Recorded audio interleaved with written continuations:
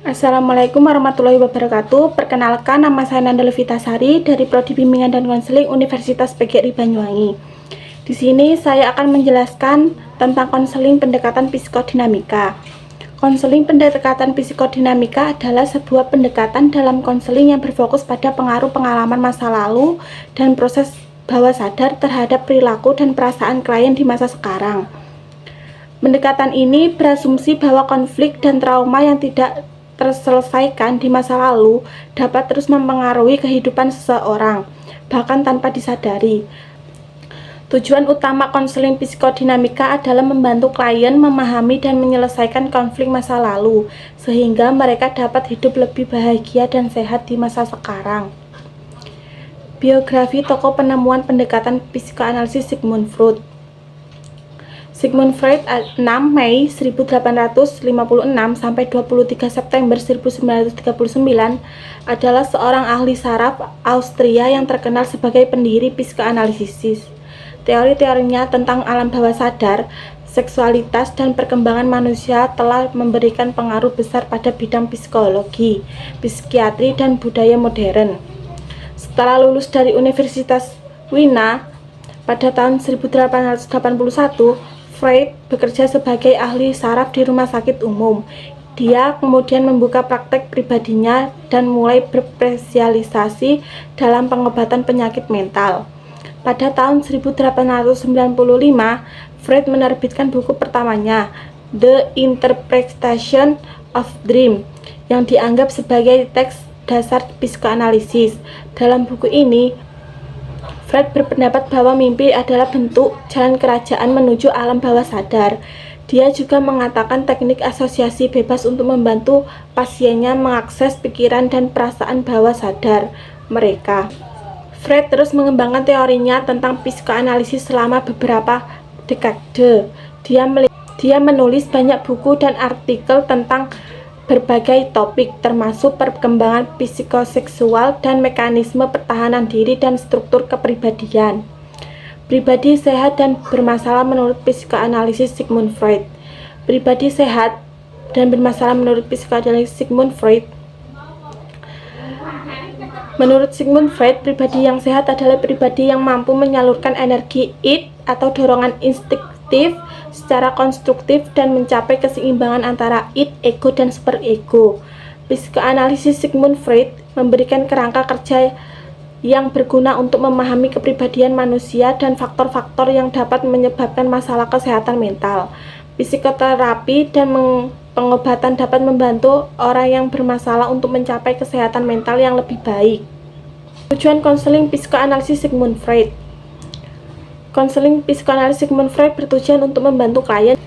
Yang pertama, memahami diri sendiri, yaitu seperti menyadari isi alam bawah sadar, memahami konflik internal, dan mengembangkan pemahaman yang lebih mendalam tentang diri sendiri. Yang kedua adalah mengatasi masalah mental seperti mengurangi kecemasan dan depresi, meningkatkan kualitas hubungan, meningkatkan kemampuan untuk bekerja dan belajar, dan meningkatkan kualitas hidup. Konseling psikoanalisis adalah proses yang panjang dan intensif yang membutuhkan komitmen dan kesabaran dari klien dan konselor. Namun, konseling psikoanalisis dapat membantu klien untuk mencapai perubahan yang mendalam dan positif dalam hidup mereka. Peran konselor dan konselor dalam konseling pendekatan psikoanalisis Sigmund Freud. Konseling psikoanalisis adalah proses yang panjang dan intensif yang membutuhkan komitmen dan kesabaran dari klien dan konselor. Peran konseling yaitu terbuka dan jujur, aktif berpartisipasi, berkomitmen pada proses. Peran konselor mendengarkan dan dengan penuh perhatian, mengembangkan kepercayaan, menganalisis dan menginterpretasikan, memberikan dukungan dan bimbingan. Hubungan terapeutik dalam konseling pendekatan psikoanalisis Sigmund Freud. Hubungan terapeutik adalah hubungan yang terjalin antara konseli dan konselor. Dalam proses konseling, dalam konseling pendekatan psikoanalisis Sigmund Freud, hubungan terapeutik memainkan peran yang sangat penting. Hubungan terapeutik adalah komponen penting dalam konseling psikoanalisis Sigmund Freud. Hubungan ini dapat membantu konseli untuk mengatasi masalahnya dan mencapai perubahan yang positif dalam hidupnya. Teknik-teknik dalam konseling pendekatan psikoanalisis Sigmund Freud. Yang pertama, analisis mimpi. Mimpi dianggap sebagai jalan raja menuju alam bawah sadar. Dalam analisis mimpi, konselor membantu konseli untuk memahami makna mimpinya, yang dapat mengungkapkan pikiran, perasaan, dan keinginan yang tertekan di alam bawah sadar. Konselor akan menanyakan kembali konseli tentang detail mimpinya, perasaan yang muncul saat mimpi, dan asosiasi yang muncul dari mimpi tersebut. Yang kedua, asosiasi bebas. Konseli didorong untuk mengungkapkan pikiran dan perasaan secara bebas, tanpa hambatan atau penyosoran. Konselor tidak akan menghakimi atau mengkritik konseli, dan akan membantu konseli untuk mengeksplorasi alam bawah sadarnya. Asosiasi bebas dapat membantu konseli untuk menyadari pikiran dan perasaan yang tidak disadarinya, dan untuk memahami bagaimana hal itu memengaruhi perilakunya. Yang ketiga, analisis transferensi.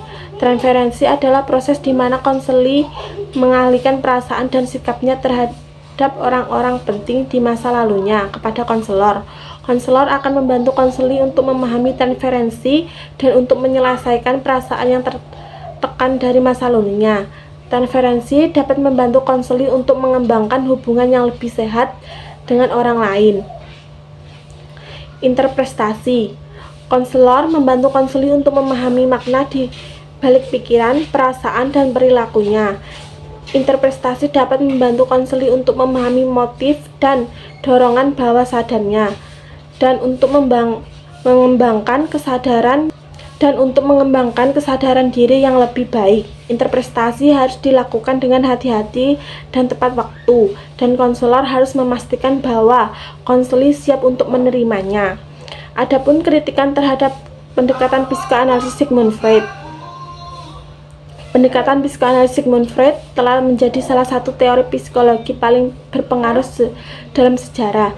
Namun teori ini juga telah menerima banyak kritik dari berbagai sudut pandang. Psikoanalisis adalah teori psikologi yang kompleks dan kontroversial. Meskipun memiliki beberapa kekurangan, Psikoanalisis tetap menjadi teori yang penting dan berpengaruh dengan banyak kontribusi pada pemahaman kita tentang pengalaman manusia. Sekian penjelasan dari saya. Wassalamualaikum warahmatullahi wabarakatuh.